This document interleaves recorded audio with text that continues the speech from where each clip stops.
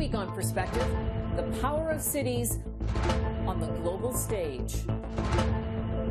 When we talk about foreign affairs and international diplomacy, it's most often a conversation about relationships and agreements between nation states. We saw that at play at the recent NATO and G7 summits. This week, we want to look at foreign affairs from a slightly different perspective, that of cities, mostly big cities. This past week, President Donald Trump announced the U.S. will withdraw from the landmark Paris climate change agreement. He described it as a reassertion of American sovereignty. He also offered this. I was elected to represent the citizens of Pittsburgh, not Paris. Within moments, the mayor of Pittsburgh signaled, well, he's with Paris. As the mayor of Pittsburgh, William Peduto, wrote, "I can assure you that we will follow the guidelines of the Paris Agreement for our people, our economy, and future." The mayor of New York City, Bill de Blasio, also said his city is stepping up. We in New York City are going to have to take matters into our own hands. And by the way, that's what cities all over the country and all over the world are going to do. That's what states and provinces are doing. It shouldn't be this way, but it's what's necessary. We have to take matters into our own hands when it comes to climate change. We plan later this week to sign an executive order maintaining New York City's commitment to the Paris Agreement. By the end of the week, more than 80 U.S. mayors committed to uphold the Paris Agreement. They and others may be thumbing their noses at Trump and his policies, but this also highlights the powerful and independent role cities can play in global affairs. Consider this. The 50 largest metropolitan areas across the globe are home to just 7% of the world's total population, but generate 40% of global economic activity. Lump some of those cities together into mega regions. Think, for example, the Boston, New York, Washington corridor. And 40 mega regions account for roughly 2/3 of the world's economic output and more than 85% of its innovation. That's clout. But also, consider this. Big cities are also home to a deepening inequality, the much talked about decline of the middle class, realities we've watched play out in several recent elections, not just in the U.S. It's what Richard Florida, the influential urban theorist, calls the new urban crisis. We'll hear from Florida in a moment. We'll also speak with one of the world's experts on what's sometimes called Paradiplomacy, the international role of cities and provinces and states. We'll also hear perspectives from Canada and Africa. But we begin with Richard Florida. As well as an author, he is a professor and director of cities at the Martin Prosperity Institute at the Rotman School of Management at the University of Toronto. That's where we met. We've all watched the growing political divides manifest themselves in some election results. We've watched Brexit, even the election in France, although the result was slightly different, the concerns in the Netherlands, Italy, the United States. People talk about political divides, but you say there's something else to it, that it relates to urbanization. How so?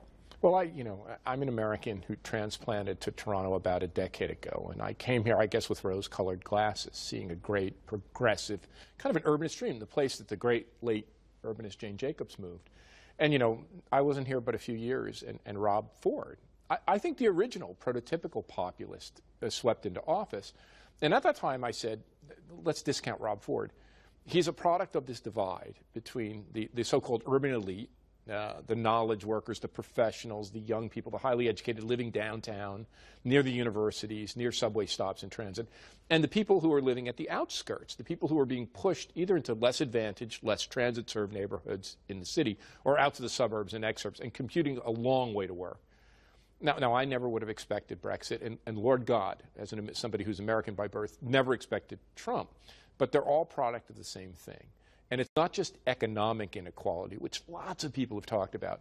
It's a geographic or spatial inequality where there are just a very small number of cities, London in the UK, Paris in France, Amsterdam in the Netherlands, Toronto and Vancouver, and maybe a few others in Canada, New York, LA, San Francisco in the United States. Those cities are growing very powerful. They're attracting people, they're attracting investment, they're attracting media, finance, entertainment. Tech companies are flowing back to these downtowns, and then other people are falling further behind, both within those cities, but even more so between them. So what we're getting is this backlash. I call it the political contradiction of capitalism. The very same clustering force that drives innovation, that causes people to locate in cities, divides us, creates this anger and anxiety and a political backlash, which actually threatens that very source of innovation to begin with. So I was going to say, so urbanization is the answer to economic growth in some fashion, or propellant of economic growth, but it's also the problem, too. Yeah, it's this, you know, Jane Jacobs identified, it wasn't me, you know, this great urbanist who migrated from New York City's Greenwich Village to Toronto. She said, look, what happens to grow an economy is not simply that there's technologies that are discovered by great, you know, inventors, or entrepreneurs like Steve Jobs or Bill Gates create a new company. It's that talented and creative people of all stripes, of all ethnicities, of all races, both genders, they clash and clamor in a city. And as they do, they create new ideas. They create new companies. So the city itself, in a way, that clustered city is the platform for innovation and economic growth. But of course, because we only have a little bit of land, and the tech companies and the financial companies and the rich people and everyone's competing for that little small slivers of land, people get pushed out. And then we become divided. Those who can bid the highest for the land get it. Those who can't get pushed further and further afield, they are denied economic opportunity. They are not included. And so we've developed a system in Canada, the United States, the advanced nations, that I've come to call winner-take-all urbanism. You know, there are winner cities and loser cities. There are winner neighborhoods and loser neighborhoods. And what that does is make people think, oh, my God, other parts of my city or other cities are doing great and I'm being left behind, and I want to be part of it. They don't know this, they don't know how, but that's where that divide comes from. And the backlash in the form of populism, Trumpism, I'm going to tear it down. The heck with that. I'm going to tear it down because people, unlike me, are in their minds are benefiting. So it's that divide that really becomes the constraint. And that's why I think the one message of my book, The New Urban Crisis, is we've got to get over winner-take-all urbanism. We've got to close these divides. We've got to create what I call an urbanism for all, or a more inclusive way of growing, a more inclusive way of innovating, a more inclusive prosperity that more people in more places can participate in. One of the things you also point out, though, is that liberal cities tend to have more inequality than less liberal cities. And liberals would pride themselves on being more inclusive, you know, proponents of a more sharing economy. Capitalism, and particularly our age of what I call urbanized knowledge capitalism, is no longer industrial capitalism, is rife with contradictions, as one great social scientist once said. This contradiction that it's the largest, it's the densest, it's the most vibrant, the most knowledge-based, the most technologically intensive, and the most liberal cities and metro areas that are the most unequal, the most class divided, that have the smallest middle classes and have the highest levels of segregation. As I go around this country and around the United States talking to people, mayors, city planners, business leaders, university heads are saying, we've tried to build affordable housing, we've tried to invest in transit, we've tried to create better jobs, we've tried to create new pre-kindergarten and other training programs. It hasn't worked. The reason it hasn't worked is we haven't integrated them, and we haven't done this at enough scale. So this is a big challenge, how to build a more inclusive city, how to create a more less winner-take-all urbanism, and more of an urbanism for all is a big, big agenda. From the way you talk, and you talk about superstar cities, it sounds like, you know, cities like London and Los Angeles and New York and Toronto and those sort of big cities have more in common than they do perhaps even with cities in their own communities, in their own countries. Yet our political structures don't reflect any of that, sort of the necessity for cities to kind of make a difference. What's the answer? Well, I think in advanced countries, and I would say the advanced countries of Europe, of course, Canada and the United States, there's only one way out of this. We've built these nation states. Now Canada's kind of unique and interesting here because our nation state is less powerful. Our provinces are more powerful, our cities are weaker. In the United States, look, Donald Trump is a symptom of the disorder. That presidency, that imperial presidency is way too powerful. You see it when there's someone who can't do the job. But in a country of 350 million people with thousands of municipalities, why do you 50 states? You don't want to concentrate all that power in one person. So what I believe we need to do, and many of us, this isn't just me, there are really important thinkers on the left, the late Benjamin Barber, the political theorist, Bruce Katz from the Brookings, and many.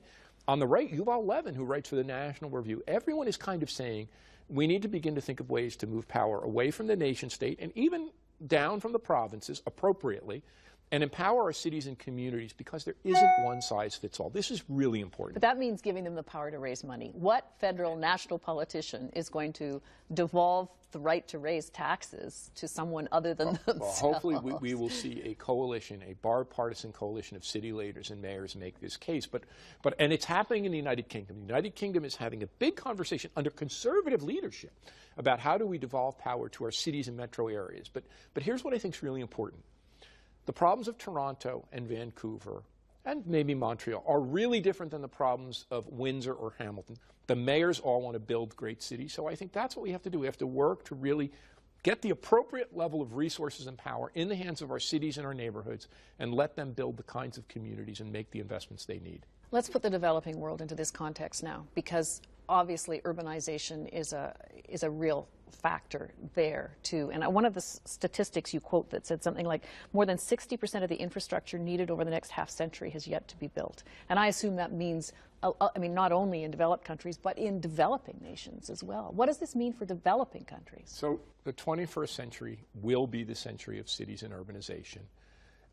We will put more cities, more billions of people, it could be as many as 5 or 6 billion people as our population swells, are going to move from rural areas into cities. We're going to spend more building, more hundreds of trillions of dollars building cities and infrastructure in the next century than we have throughout all of human history.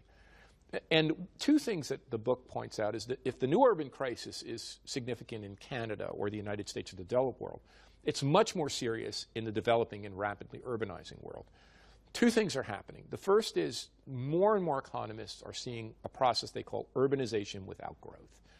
In Canada, in the United States and Europe, as societies urbanize, they industrialize, they grow a middle class, and all boats, maybe not all boats, many boats rose. But in the developing world, we're seeing urbanization without growth. People are coming in from the countryside. Economic opportunity isn't there.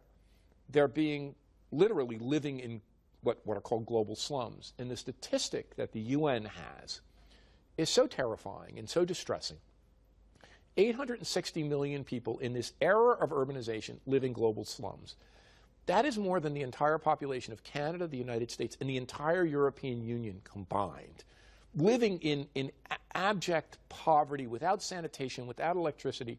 So really, I believe the grand challenge facing our world, and whether that's the UN or the World Bank or the IMF, our international institutions, our great national leaders, if we want to address climate change, energy efficiency, poverty, economic opportunity, it really is about building better cities, more sustainable, more inclusive cities of economic opportunity. So I really believe that the key issue going forward is how do we build better cities, better urbanization, stronger communities, not just in the advanced world, but especially in the developing and emerging So I was going to say, economies. so what does that say about the way governments like Canada should approach, their foreign development and foreign investment and foreign aid?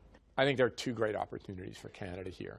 One, I think, with the current, the Prime Minister, our provincial leaders and our mayors, we have a great opportunity to make Canada and its cities and communities a laboratory for inclusive prosperity. One way I like to say this, it's kind of a wonky word. Let's have a new deal for people and communities throughout Canada. Not the slogan, make America great or make Canada. Let's have a new deal for people and communities. We can create better jobs. We can build our communities, small, medium-sized, big, west, east alike. And so I think city building and making inclusive cities and inclusive communities. But on the second front, the global front, what an opportunity for this country to engage the world by saying, we are going to help spur development through not nation building, city building. We are going to be the place, the UN is in New York. We're going to be the place where mayors and city builders and urban leaders, we can create, I don't have the right word, a UN for cities, a place where mayors can convene, a global infrastructure for mayors. No one else has done this. Why couldn't we, because we know how to build great cities, we know how to have an urban comeback, why couldn't we create the training programs and the infrastructure and the symposium and create the institutions that are needed to rebuild our world by building great and vibrant, tolerant, and inclusive cities? I think that's an agenda that Canada could really lead the world on. Thank you very much. I appreciate your expertise and your insight. Thank you. It's a pleasure being with you. An estimated 54.5% of the global population lives in cities. That number is expected to rise to 66% by 2050. Cities occupy only 2% of total land in the world, but they generate 70% of the global economy, 60% of global energy consumption, and 70% of global waste. The Global Power City Index ranks London as the most powerful city out of 42 major cities in the world. The ranking, based on economic, social, and environmental factors, ranks New York second and Tokyo third. 2 Canadian cities made the ranking, Toronto at 18 and Vancouver at 28. Cities need to be sitting down with world leaders at the United Nations. It's the sort of the mega venue for these sorts of things. So through the United Nations, cities need to have a voice at that table. Cities also need to be present in the climate change negotiations, and probably also in the international framework around international trade. Because so much of international trade has an influence on what happens in cities and where their procurement practices and et cetera. And so I would say that those 3 venues are critical: the United Nations, the climate change negotiations, and the international trade framework. On issues like climate change, cities do not have as much influence as they should. Some of the barriers in the Canadian context are the Constitution, which just creates a very difficult dynamic for the federal government to engage the municipalities directly in the formulating of national positions for international negotiations. Second barrier would be just a simple lack of resources. If you look at European cities, they're very engaged internationally because they have the resources. In addition to whatever national framework they've got the resources through a different kind of revenue base, a different tax base. So that's the second barrier. The third barrier is that the Canadian public doesn't see the cities, the mayors, for example, as international actors. Municipalities are international actors. Mayors are international actors. It is a given. Cities and towns are the destination of the transfers of capital and human and financial capital. It's the destination of immigration. Inevitably, immigrants who are settled in Canada have relations back in some other community, so there are inevitable links across international boundaries between cities. Some of them community level, a lot of them very official.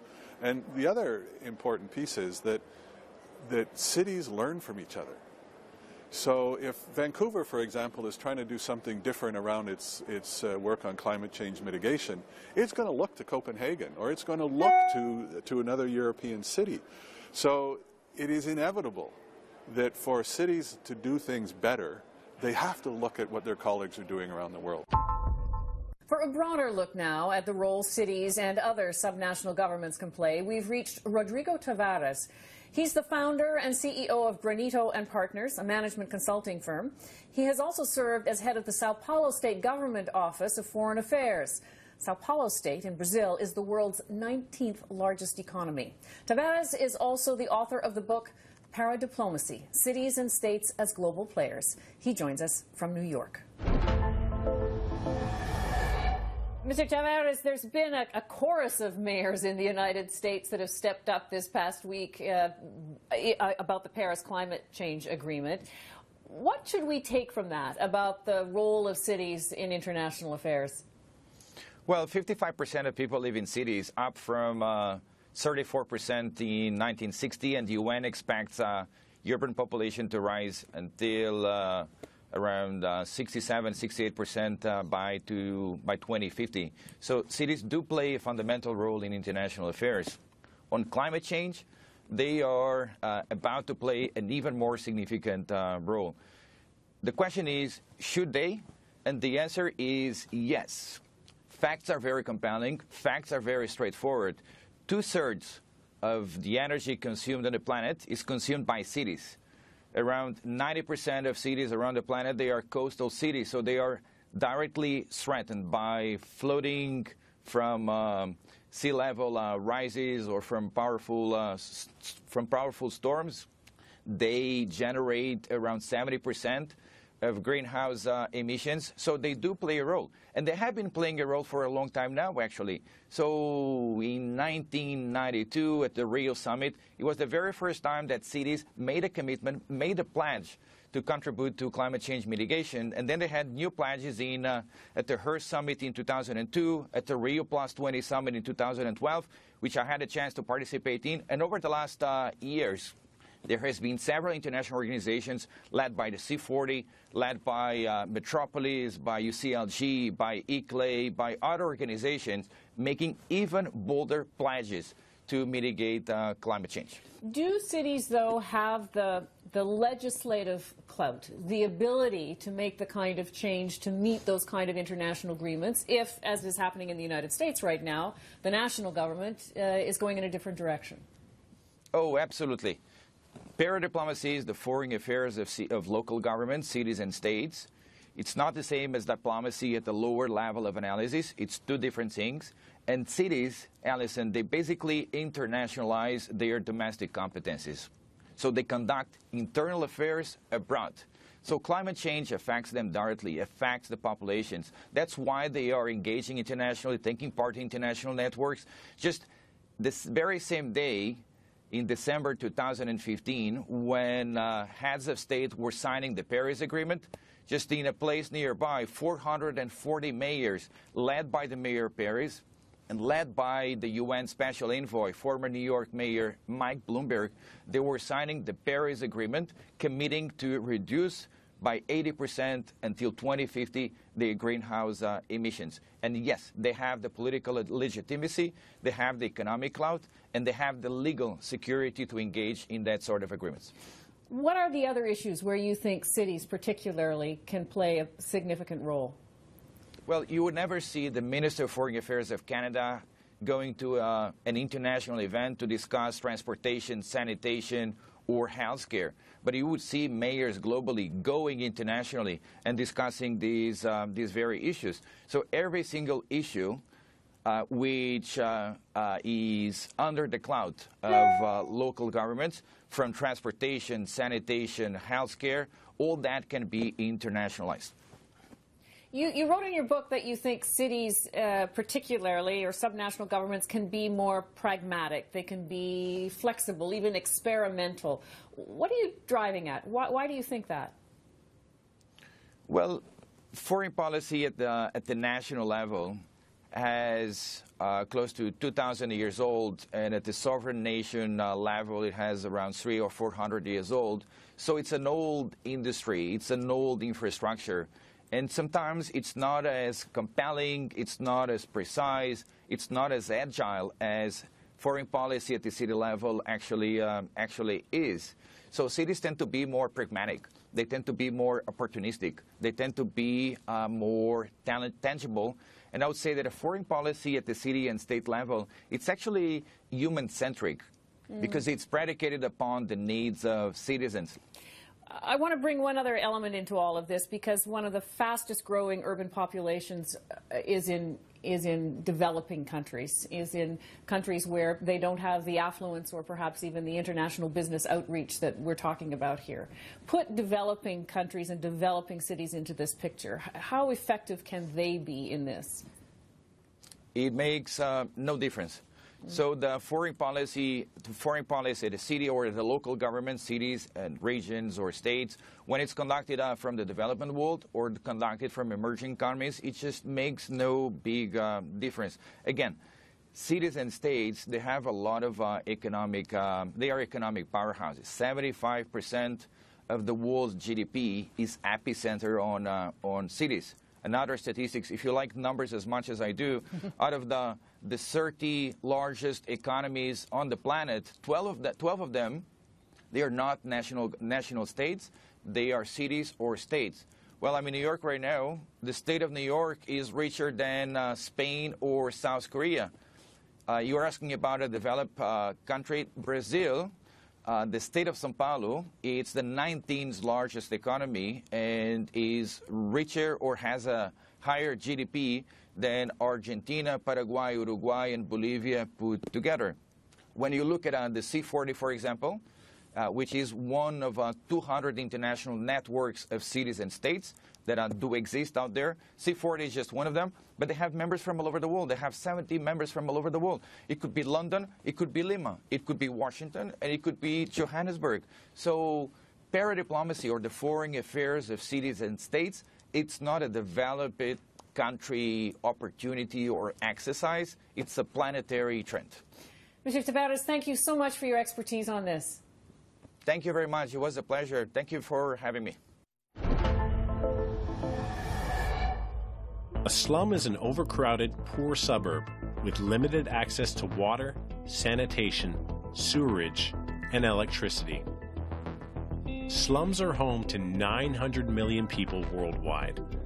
Nearly 1 in every 7 people lives in a slum. That number could double to 2 billion people by 2030. Asia has 60% of the world's slum dwellers. Africa has 20%, and Latin America has 14%. The largest slum in the world is Kibera in Nairobi, Kenya. An estimated 2.5 million people, about 50% of Nairobi's population, live there. There is only 1 toilet for every 500 people in the slum. Informal economies in slums account for an estimated 1.8 billion jobs globally, worth 10 trillion US a year. I'm the Deputy President of SALGA, which is South African Local Government Association, also the Executive Mayor of Emalahleni Local Municipality. But it's quite a problem. Everybody wants to move to the big city because people migrate from their home or rural areas to where it's more urbanized because they want job opportunities. But the problem they create on the other side, it's the strain or the difficulty in terms of the planning of the other city they are migrating to, because they would want to go there, get a job somewhere, a fancy job they might not get, so they can't afford a decent living or to get a proper house to rent. So they will end up squatting or living in conditions that are not so suitable. In our country, we are also reviewing some pieces of legislation and some formulas where we're saying we must give more power to cities, because in terms of infrastructure development, dealing with issues of climate change, dealing with social issues, it needs a lot of money. And municipalities are not capacitated or well-resourced to deal with such. Hence, we're saying if cities can get more power, there could be a lot of change in terms of providing services to our communities. And that's our program for this week. A brief update on a story we covered here recently about Hungary and the rise of nationalism in Europe. Since we aired that program, Central European University has announced plans to maintain all of its activities in Budapest in the coming academic year, with the hope that current negotiations with the Hungarian government and New York State will allow CEU to remain there permanently. We also had an email about that program from Joseph Stork. He wrote, "As a true Hungarian, I do not wish for the school to close down. Hungary is a wonderful country with fine artists, inventors, scholars, and sports members. Budapest is considered the second most beautiful city in the world. I love my country and culture, the food and wine and entertainment. You can live rich here with the Canadian dollar." We'd like to hear from you. You can reach us on Facebook and Twitter or by email at perspective@cpac.ca. From all of us at CPAC, thanks for watching. I'm Alison Smith.